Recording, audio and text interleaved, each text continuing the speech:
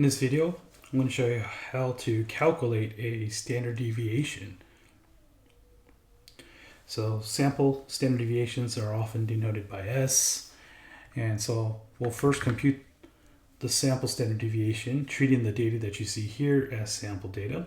So the way you do this is go equals and use the function stdev.s.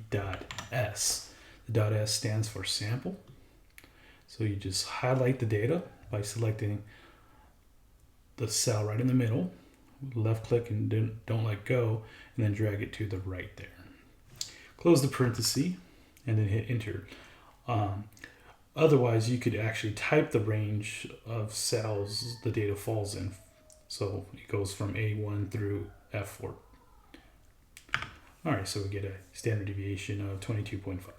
Likewise, let's do this for treating the data as if it were population data.